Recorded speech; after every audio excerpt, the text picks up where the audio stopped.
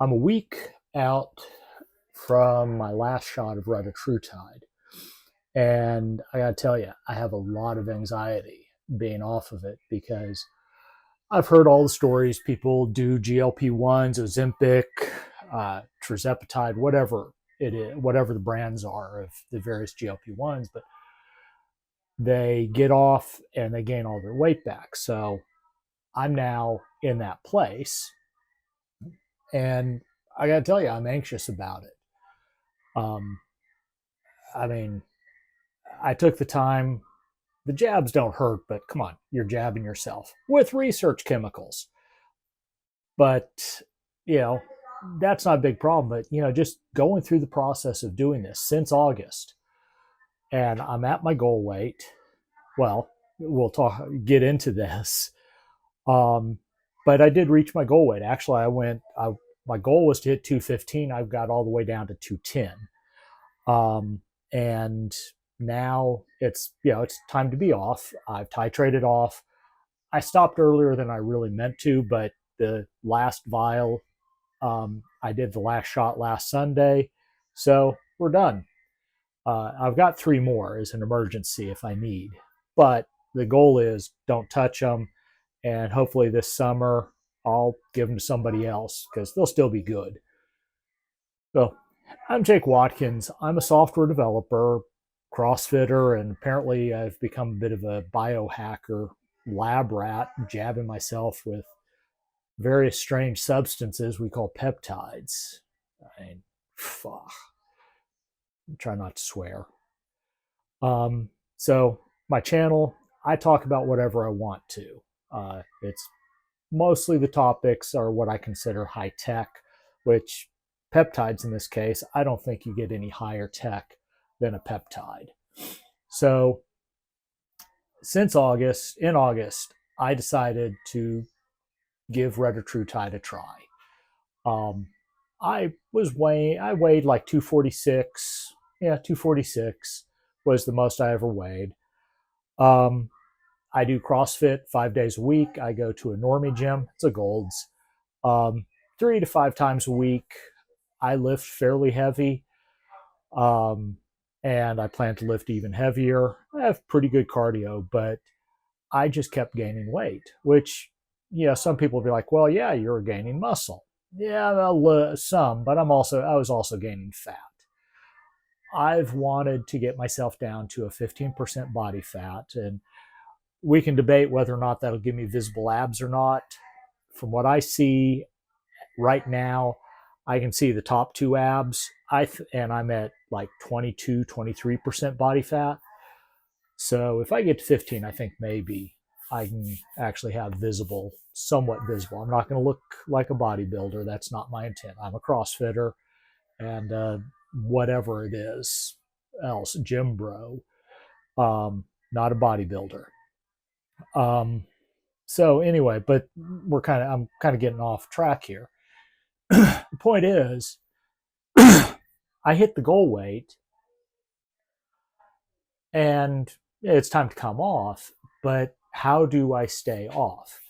I've already talked about this once, and I'm going to keep talking about it because I don't think it's talked about enough. And I'll keep saying it until somebody who actually gets real, real views picks this up. These GLP-1s are not just weight loss drugs.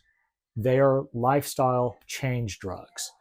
If you just want to lose weight, that's fine, but you need to understand, if you use the GLP-1 just to lose weight, on the other side, when you stop taking it, guess what? That weight's going to come back. You have to change your lifestyle for this stuff to work. And that means 2 things, in my opinion. First, your nutrition, your diet, whatever you want to call it. What you eat, when you eat, how much of it you eat matters a lot. The other piece is you need to get active, whether that means you go to the gym, walk, swim, climb trees. It doesn't matter. You have to be active. You can't just sit on the couch all the time. I'm sitting right now at my desk, but it's a biomorph. It's a sit to stand. It spends most of the day actually in the standing position. You have to be active. But here's the thing, your activity will not outpace your bad diet. If you're eating the McDonald's and the Pizza Hut, which are delicious, and you're hitting the Cheesecake Factory and you're having the turtle cheesecake, or actually the raspberry, white chocolate raspberry cheesecake. I mean, there's a reason people are fat. And I'm not going to knock anybody. I'm not fat shaming. I get it. The food's freaking delicious. Okay? Let's not be bashful. Pizza Hut thin and crispy pepperoni pizza is gourmet. All right. Now, if you in New York and you can get New York pizza, dude, heaven. I get it. But you can't eat it all the time. It's a treat. And you can learn to cook delicious food at home. And one of my goals with this channel, since I'm not going to niche down, I'm going to do everything the YouTube algorithm hates, always. I'd love to do Stand and Stir and show you the stuff that I cook for myself. It's a lot of fun. I like making bread. I like making pizza dough. I've actually gotten pretty good at making my own pizza. And that's the lifestyle change I'm talking about. Learn to cook at home for yourself. My anxiety, though, right now is without the retatrutide, is that food noise going to come back? Are my old habits going to come back into play? Am I going to start grabbing sneaky nibbles in the morning on my way back from the gym? So what happens in the gym, I get up at 5 o'clock in the morning and I go straight to Gold's. I get up, I grab a energy drink, I get dressed, brush my teeth, but I grab my crap, I'm out the door, I go to Gold's. On the way home, seeing the Walmart's on the way, I raw feed my dogs. I always need more chicken quarters, always. So I hit Walmart, anything on the shopping list, I go ahead and grab. And in the past, hey, I just worked out. So, if I have a treat, no big deal, right? So, you grab that Hostess cupcake. Again, delicious. But is it really good for you? Answer is no. I can tell you from where I was. You cannot outwork that Hostess cupcake. I mean, you sit down and you look at the calories in the cupcake, and I'm not knocking Hostess. I'm not RFK. The food's delicious. And in moderation, if you have a Hostess cupcake every now and then, ain't going to kill you. It's fine. But you can't do it every day. Sorry. It just doesn't work. And even if you keep your calories and all like that, you're going to have other issues because the nutrition it's not right. It just doesn't work. If you're actually working out hard, you got to eat better. Anyway, but that gets really specialized, and that's way down the road for most people to worry about.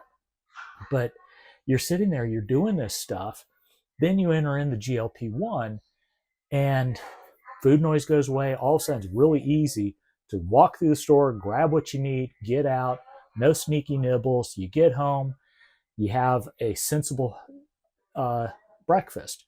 I eat a lot of fruit. One of the big things coming off is I'm still eating almost the exact same diet I was eating while I was on the GLP-1. A lot of fiber. A lot of people, you talk about the gastric slowness, eat a lot of fiber. Do not do carnivore. Oh my God, I can't imagine what that'd do to your body on a GLP-1. I make something I call the SB5000. The B stands for blaster. I'll let you figure out the S. If you make this for yourself, you'll know exactly what I'm talking about. So an SB5000 is 3 tablespoons of chia seeds. Take the chia seeds, put them in a glass, cover them in water, let them sit.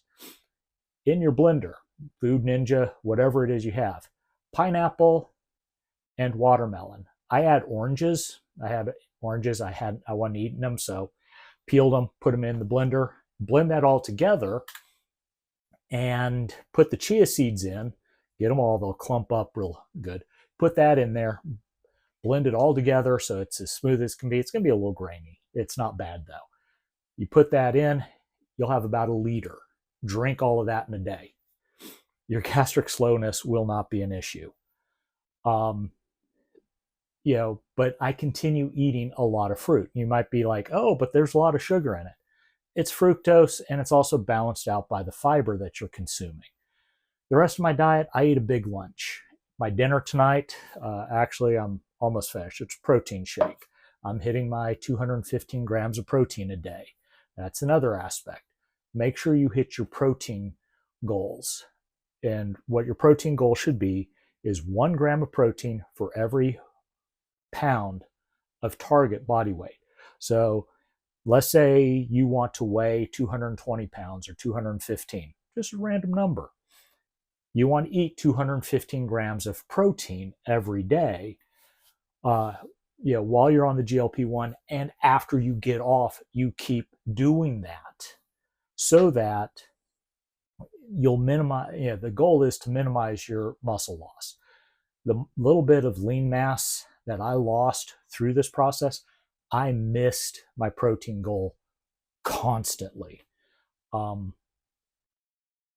It's hard to do, especially when you're on the GLP-1. Right now, it's a lot easier because you don't have the glucagon and whatever the GLP-1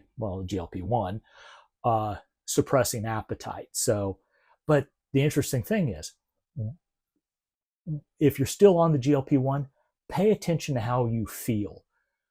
Try to wait until you actually feel hungry and see what that feels like. And when you come back off, do the same thing. Feel how it feels to feel hungry. Don't just go and eat because you're bored. If you're bored, do something. I mean, that's one of the things I'm having to pay attention to. My wife's also helping me.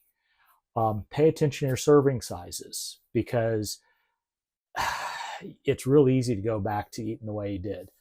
Okay, confession. We went to Taco Bell. Taco Bell's not the worst thing in the world. My God, it's gotten expensive in college.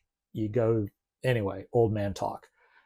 I got 4 chicken soft tacos. Really? And a Mexican pizza. Seriously, I mean, you should reach through the screen and smack me. What the hell? I ate it and then was like, what the are you thinking? I could have done 2 tacos and split the Mexican pizza with my wife or the trash can. That was stupid on my part. So it's stuff like that that has me in my mind. And so my weight has gone from 213, I went up to 217. I'm back down at 215. And I think, because even after I finish dinner, I'm 600 calories below my target. And the target is actually a 500 calorie deficit for what my metabolic rate is. And I've had 2 really good workouts today. So I should have things balancing back out. Plus the SB5K, clearing out any stuff. Anyway, TMI, right? But my point here is, just like before, while you're on the GLP-1, start working on changing your lifestyle. You have the benefit of that medication that will help you. Your doctor, get a coach or a trainer or somebody to talk to, another person who's on the GLP-1 that you can talk with and go through your struggles. I have a friend, he's going through this stuff. We work out at CrossFit together, and it's interesting. I'm telling him all this stuff, and it's like, yeah, that's cool, Jake. I got kids. And I'm like, oh yeah, I forgot about those things. So, but we're talking through the stuff, and having somebody to exchange ideas with will help you, whether it's a coach. You're not going to see your doctor often enough for them to really help you. CrossFit is an awesome part of the reason why I'm such a proponent of go to CrossFit is the community will help you. You can find people who are in the same boat as you, and they will absolutely partner and work with you and help you get across that finish line. And then once you're across that finish line, this is the part that I want to get people talking about more, is after you're off the GLP-1, how do we make sure that you're successful? Rebuild any muscle you lost and build more muscle. Because if you want to live an active lifestyle and be able to do stuff and not wind up with all sorts of health problems as you get older. Building muscle is the best thing you can do for yourself. And just everything I'm reading through the research that they're doing says go work out. And CrossFit's not the only way to do it. Do however you want. Do it. If you're not doing it, I can't help but tell you, go give CrossFit a try. Find a good gym. And a good gym for you is not necessarily a good gym for me. Look at the age of the people in the gym. I would not want to go to a gym with a bunch of high school and 20 somethings. The activity level, what they're going to be doing, is probably not going to be good for me. The gym that I go to is more mature. A lot of parents, professionals, people 30 and up. They don't have any idea. There's no illusion that we're going to be games athletes, that we're going to the semifinals or any of that garbage. We're there to get a good workout in, and that's what you're after. That's why I say go do CrossFit, but find a good gym for you. So I'm dealing with the anxiety, like I said, as I'm doing this, and I'm going to keep posting this. This is going to be off the cuff. This one, I watched this Abi Abdal video. I should know his name better. He's such a big creator and all. He has this hive thing, and I've been using his template. It's really obvious because I'm that bad at this, but I'm trying to get better. But this video is just going to be, I'm going to chop the beginning, chop the end, and this is what you're going to get. If you made it this far, I appreciate it.